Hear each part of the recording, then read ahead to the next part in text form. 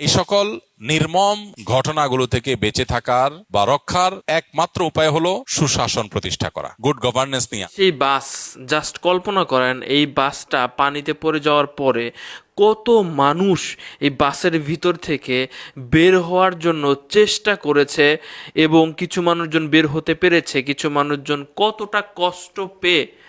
আসসালামু আলাইকুম দর্শক শ্রোতা, আজকে আপনাদেরকে যে দুটো ভিডিও ফুটেজ দেখাবো আপনারা সেটা দেখলে সত্যি অবাক হয়ে যাবেন। তাই বলছি পুরো ভিডিওটি না টেনে শেষ পর্যন্ত দেখতে থাকুন, তাহলে সবকিছু বুঝতে পারবেন ইনশাআল্লাহ। তো কথা আর বাড়াবো না, ভিডিওতে চলে যাব। তার আগে আপনার কাছে ছোট্ট একটি রিকোয়েস্ট, আপনি যদি আমার চ্যানেলের নতুন দর্শক হয়ে থাকেন তো অবশ্যই চ্যানেলটি সাবস্ক্রাইব করে পাশে থাকা বেল আইকনটি বাজিয়ে দিতে ভুলবেন না। আর যারা অলরেডি সাবস্ক্রাইব করেছেন তাদেরকে জানাই অসংখ্য ধন্যবাদ। তো চলুন শুরু করা যাক। তো আমরা 2-3 দিন আগে দেখলাম বাস দুর্ঘটনায় প্রায় 50 জন যাত্রীর প্রাণ চলে গেল। তো এর জন্য আসলে দায়ী কে? তো চলুন এই বিষয় নিয়ে শায়েখ আহমদুল্লাহ হুজুর কি বলেছেন আমরা দেখে আসি। দৌলতদিয়া বাস নিয়ন্ত্রণ হারিয়ে পদ্মায় নিহত প্রায় অর্ধশত মানুষ। দেশে আরো অনেক দুর্ঘটনা এমন এভাবে ঘটছে।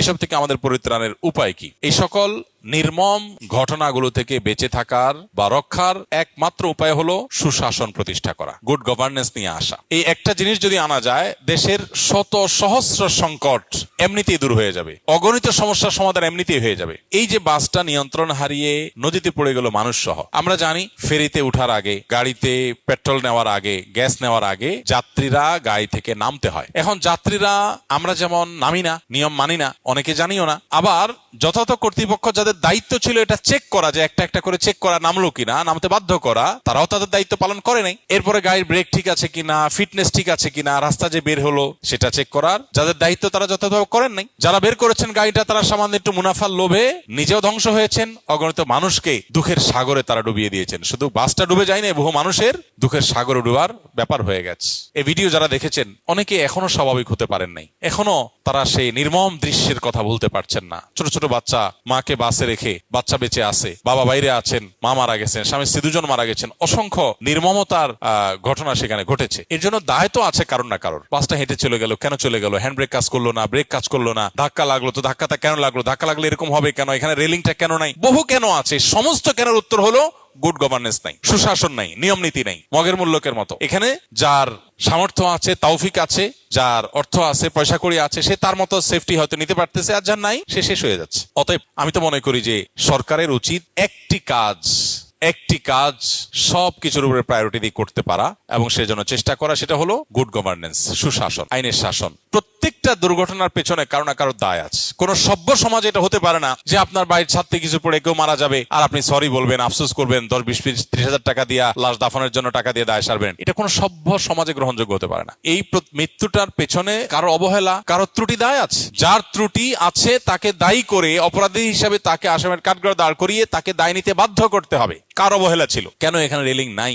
এই দুর্ঘটনা তো ঘটতে আরো 2 বছর আগেও পারতো, 2 মাস আগেও পারতো, আবারও হতে পারে। তাহলে কেন নাই? এরকম একটা বিষয়, এরকম শত শত বিষয় আছে যে বিষয়গুলো আমরা চাইলেই সলভ করতে পারি। হ্যাঁ, অনেক কিছু আছে আমাদের গরিব দেশ, সামর্থ্য নাই, কিন্তু অনেক কিছু আমাদের সামর্থ্যের মধ্যে আছে। কিন্তু কে দেখে কার কথা? সবাই যার যার ধান্দায় আছে। তো এই নিয়ম শৃঙ্খলার মধ্যে যদি না আনা যায়, দুর্নীতি যদি বন্ধ করা না যায়, অপশাসন যদি বন্ধ করা না যায়, তাহলে সেক্ষেত্রে এগুলো কোনোদিনই রোধ করা সম্ভব হবে না।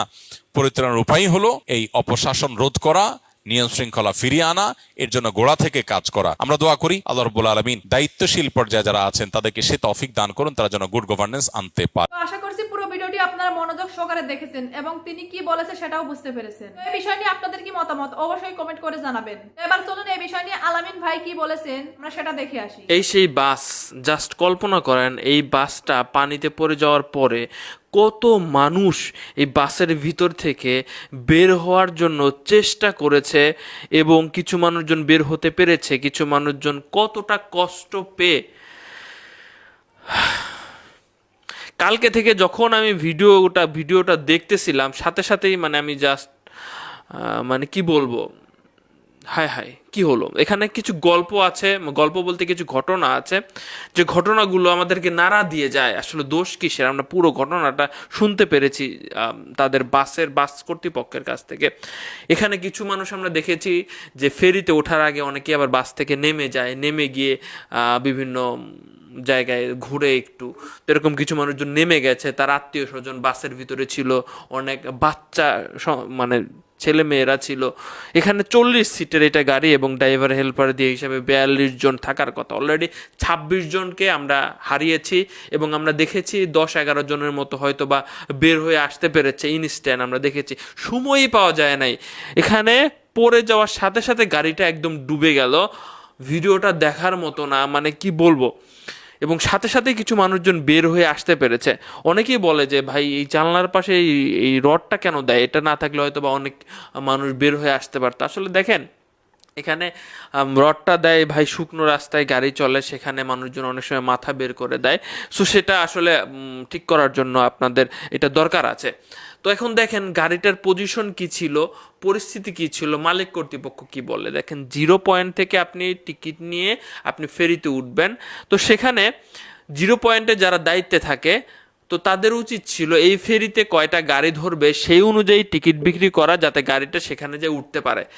এইটা গাড়িটার এতটাই দুর্ভাগ্য যে সে একটা ফেরি ওখানে অবস্থান করছিল, সেটাতে ওঠার জন্য রওনা হয়, মাঝে কিছু ছোট ছোট গাড়ি চলে যাওয়ার কারণে ফেরি বুক হয়ে যায়, গাড়িটা যেতে পারে না, নেক্সট ফেরির জন্য অপেক্ষা করতে হয়। এবং গাড়িটা এমন পজিশনে ছিল, একটু ঢালু ঢালু পজিশনে ছিল এবং গাড়ির চাকার নিচে ইটও দেওয়া ছিল। অনেকে বলতেছিলেন যে ভাই ড্রাইভার হয়তো বা পালিয়ে গেছে বা ড্রাইভার না দিয়ে হেল্পাররা দিয়ে চালায়, বাংলাদেশে এমন চালায় তো পার্কিং টার্কিং করার ক্ষেত্রে, ফেরিতে ওঠার ক্ষেত্রে আমরা দেখি। তো এখানে ড্রাইভার বসা ছিল।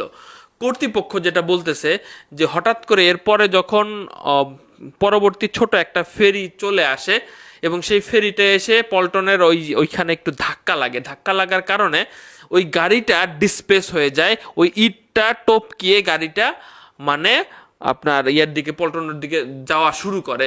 তো ড্রাইভার তখন আসলে ওনার কল্পনাও ছিল না যেভাবে এরকম হয়ে যাবে, তিনি প্রস্তুত ছিলেন না।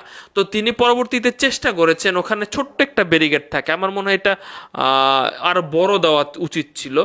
আমি দেখেছি তরমুজের একটা ট্রাকও মনে হয় পড়ে যাচ্ছে, এমন ভাবসাব দেখলাম আমি। তো ড্রাইভার ভাবছিল সেখানে বেজে যাবে, তো ড্রাইভার সেখানে কিন্তু আপনার লাগাইছিল, কিন্তু দুর্ভাগ্যবশত কিন্তু সেটা আসলে আটকায় রাখতে পারে নাই এবং গাড়িটা পড়ে গেছে। এবং সেখানে ড্রাইভারও কিন্তু নাই, হেল্পারকে পাওয়া যায় নাই। এবং প্রথমে যেটা দেখলাম যে প্রথমে 30 ফুট নিচে, এরপর হচ্ছে 90 ফুট নিচে থেকে প্রায় 5-6 ঘন্টা হামজা সেই ট্রেন দিয়ে তুললো আর কি, গাড়িটা তুললো, অনেক সময় লেগে গেছে।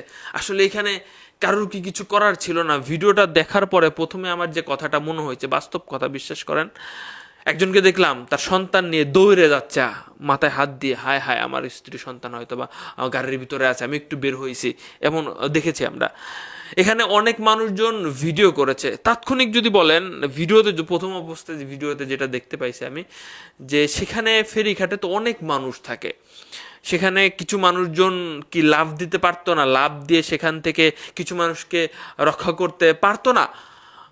অনেকেই ভাবতে পারে যে ভাই গাড়ির ভিতর থেকে বের করে নিয়ে আসা অনেক অভিজ্ঞতার দরকার আছে, নিজেরও একটা রিস্ক হয়ে যায়, কথা সত্য, কিন্তু চেষ্টাটা আমরা দেখি না, এটা খুব খারাপ লাগছে।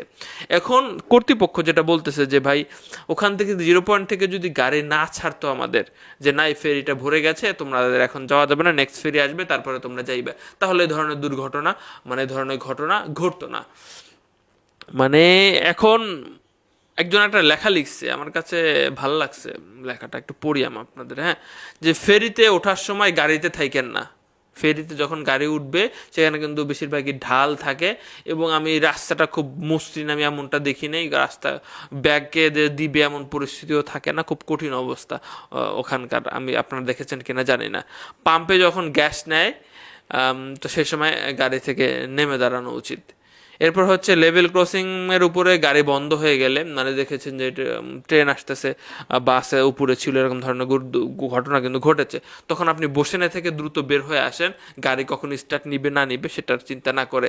ট্রেনের ছাদে উঠবেন না, লাফ দিয়ে লঞ্চ ধরার চেষ্টা করবেন না। দেখেছেন যে সামনে আমরা দেখেছি যেটা ঘটেছে, এই ঘটনাও ঘটেছে, যে লাফ দিয়ে লঞ্চ ধরতে যাওয়ার চেষ্টা করার পরিপ্রেক্ষিতে আমরা কি একটা দৃশ্য দেখলাম আমি। অতিরিক্ত গতিতে মোটরসাইকেল চালাবেন না। ঈদেতে আমরা দেখেছি যে অতিরিক্ত গতির মোটরসাইকেলের কারণে অনেক মানুষকে কিন্তু আমরা হারাইছি। তারপরে এখানে আরেকটা পয়েন্ট লেখা হয়েছে যে মহাসড়কে ছোট গাড়ি নিয়ে উঠবেন না, কারণ ছোট গাড়িগুলো বেশি ধরনের ইয়া হয় আর কি বড় গাড়ির সাথে। তো সবাই তাদের জন্য দোয়া করবেন। আসলে ভাষায় প্রকাশ করার মতো না, মুহূর্তের মধ্যে ঈদের আনন্দ মানে কি হয়ে গেল।